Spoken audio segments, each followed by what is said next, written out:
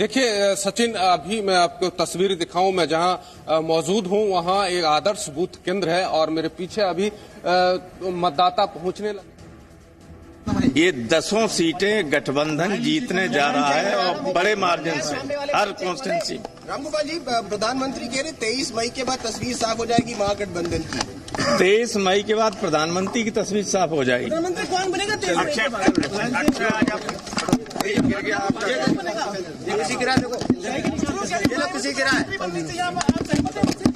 ऐसा है, ये सवाल अभी मत कीजिए, बहुत ज्यादा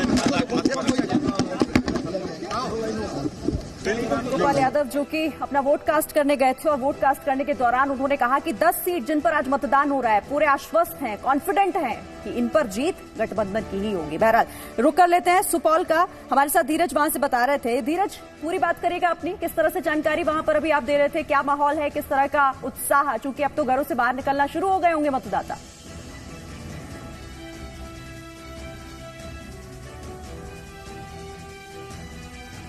जो है सुबह से ही थोड़ी बूंदाबांदी हो रही थी, इसलिए लोग धीरे धीरे यहां पर पहुंच रहे हैं। आप देख सकते हैं कि एक आदर्श बूथ केंद्र है जहां पर मैं मौजूद हूं और धीरे धीरे मतदाता आ भी रहे हैं। यहां सुरक्षा कर्मी भी मौजूद हैं और हमारे साथ बात करने के लिए हैं यहाँ के एसडीपीओ विद्यासागर जी। विद्यासागर जी, क्या सुरक्षा व्यवस्था की तैयारी है पूरे सुपौल में?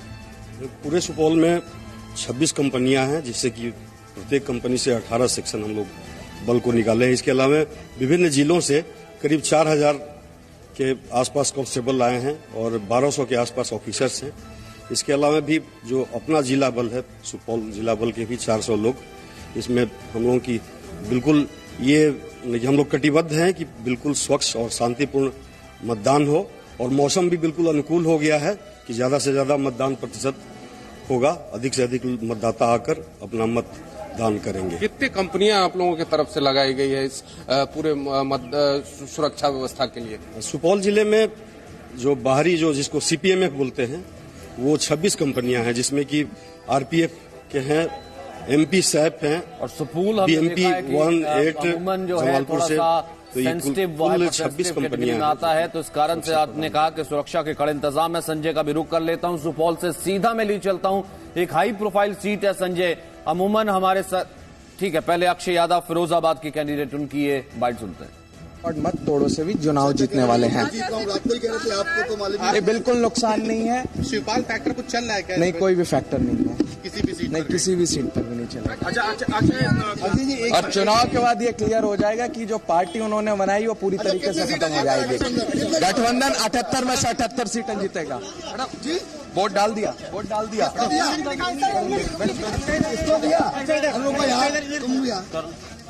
अक्षय यादव कह रहे हैं कि जो पार्टी उन्होंने बनाई है वो आज साफ हो जाएगा कि देखिए पार्टी किस कदर बैठती है। खैर ये कहने की बात है कि फिरोजाबाद में पार्टी उनके चाचा ने बनाई है, शिवपाल यादव ने, और वो ये कह रहे हैं कि कहीं ना कहीं अखिलेश ने या फिर परिवार ने उनकी नहीं सुनी, अगर सुनी होती तो गठबंधन को फायदा होता।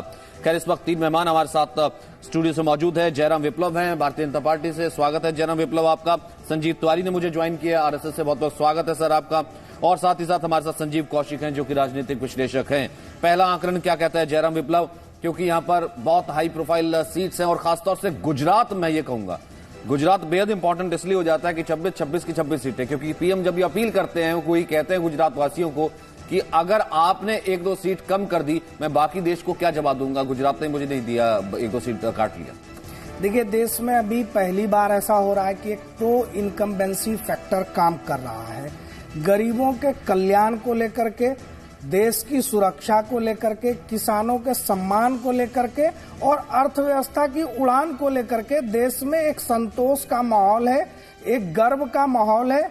और उस माहौल में एक तरफ मोदी जी के प्रति एक लहर है तो दूसरी तरफ देश की सबसे पुरानी पार्टी की स्थिति क्या है वो देखिए। 2014 में 78 के 78 हम ले जाएंगे, कह रहे कहने के लिए तो कुछ भी कहें, लेकिन जमीन की हकीकत बता दूं सचिन, महागठबंधन को जा रहे हैं, वो चाचा को चांस नहीं दे रहे, आपको कहां से चांस देंगे? सचिन भाई, मैं उनकी हकीकत तो बता दूं कि 2014 में महागठबंधन की जो लीडिंग फोर्स आज कांग्रेस अपने आप को बताती है, कांग्रेस 2014 में इतिहास में सबसे कम जनमत को प्राप्त करके संसद में पहुंची और 2019 में ये स्थिति है कि कांग्रेस इतिहास में सबसे कम सीटों पर चुनाव ही लड़ रही है। तो इस महागठबंधन को आगे कौन ले जाएगा और उनकी चुनाव में क्या स्थिति होने वाली है? जी, किस चीज का चुनाव, किस चीज का? 44 को इंप्रूव करने का चुनाव है, 3 डिजिट में जाने का चुनाव है, खुद से कम्पीट करने का चुनाव है, या अपने दम पर किंग मेकर बनने का चुनाव है? देखिए सचिन, सबसे बड़ी बात कि मेरा मानना यह है कि प्रत्याशियों से ज्यादा आज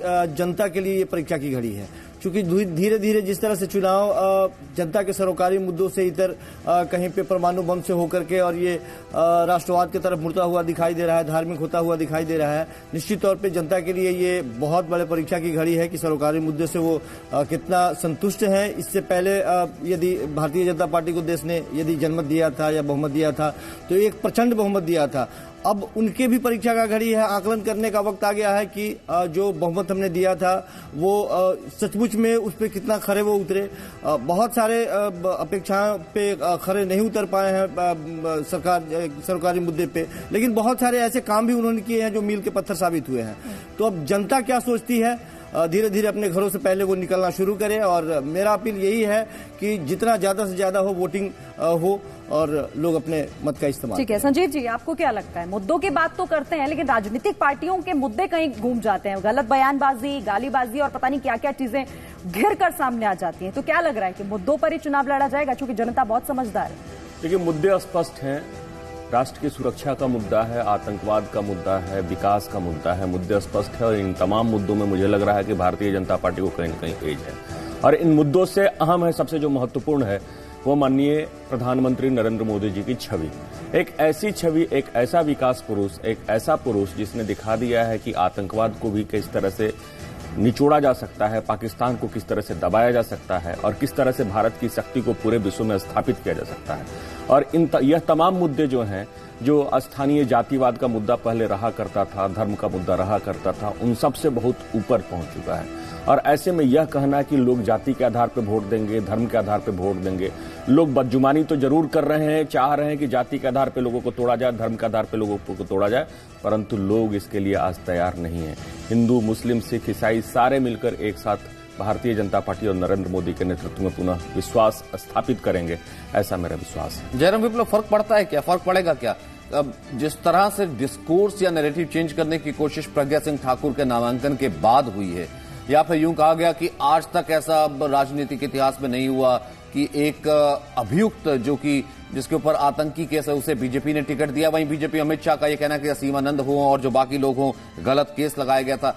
ये जो एक डिवाइड है, आपको लगता है कि कहीं ना कहीं आपके साथ जाएगा या फिर इसको भी लोग राष्ट्रवाद की एक श्रेणी में लेकर के आपके साथ चलने की कोशिश करेंगे? सचिन जी देखिए, ये जो पूरा मसला ये जनता के बीच हम न्याय को लेकर के गए हैं, न्याय की जो बात हो रही है और जनता के सामने ये डिस्कोर्स जो पूरा शुरू हुआ, ये नैरेटिव शुरू होता है कांग्रेस जब दिग्विजय सिंह को टिकट देती है भोपाल से। और दिग्विजय सिंह का इतिहास क्या है? पिछले कुछ वर्षों में हिंदू आतंकवाद की थ्योरी को, साजिश को गढ़ने वाला व्यक्ति। मुंबई हमले के कुछ ही दिन बाद ये पहुंच जाते हैं एक बुक का रिलीज करने, जिसमें बताया जाता है कि 26/11 पाकिस्तान की नहीं बल्कि आरएसएस की साजिश थी। ये वही दिग्विजय सिंह है जो बटला हाउस इनकाउंटर के बाद कहते हैं कि सोनिया गांधी जी आंसू बहा रही थी।